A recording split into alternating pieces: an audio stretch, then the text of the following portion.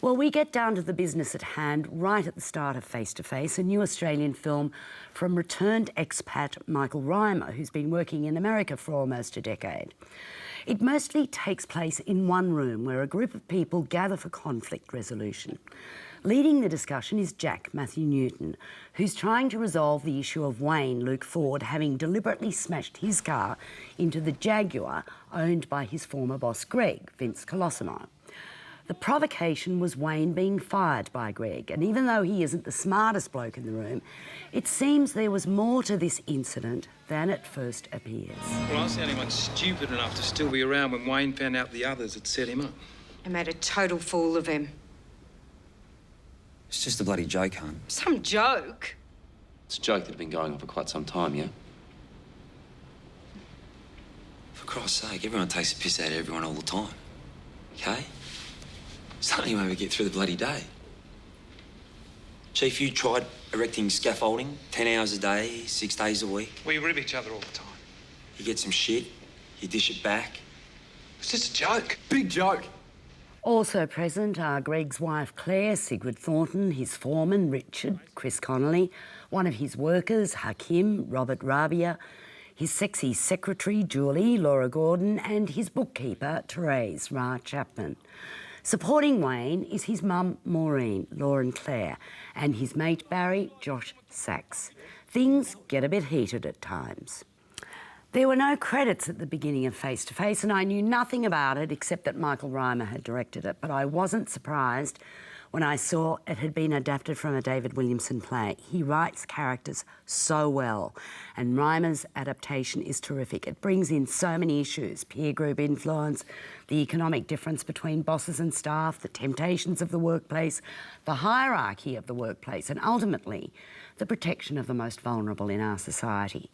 But apart from an excess of hugging, which Hakim objects to too, this is a really riveting piece of drama which barely tests the talents of Michael Rabiah as director, but my goodness, he does a good job here and his cast triumph.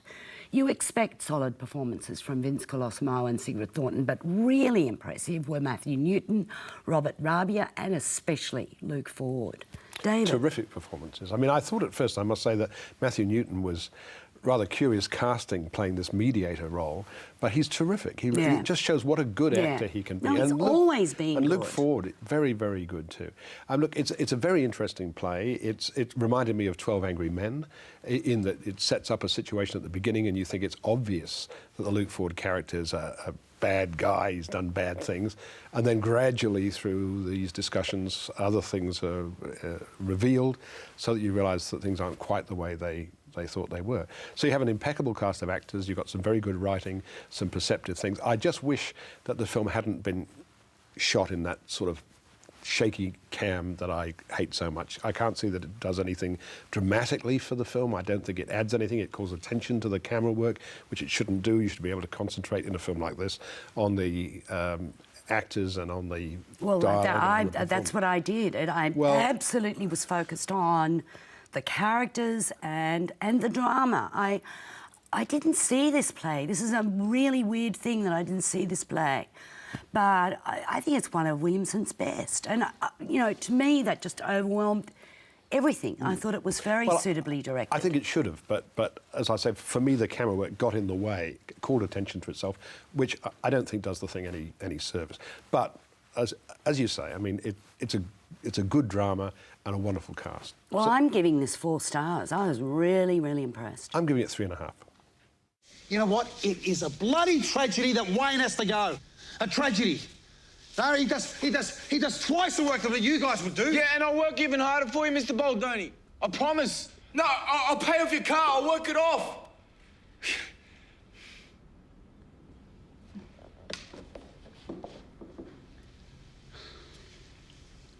I don't know where you get this figure of $2 an hour, mate.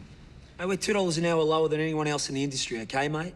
And you told us we should take it. If you don't want to work here, just go. Don't you want to know how your workforce feels, Greg? Jack, listen, man, he'll sack me for sure for speaking out, but I just don't give a shit. I came here today to speak my mind, right? And I'm bloody gonna.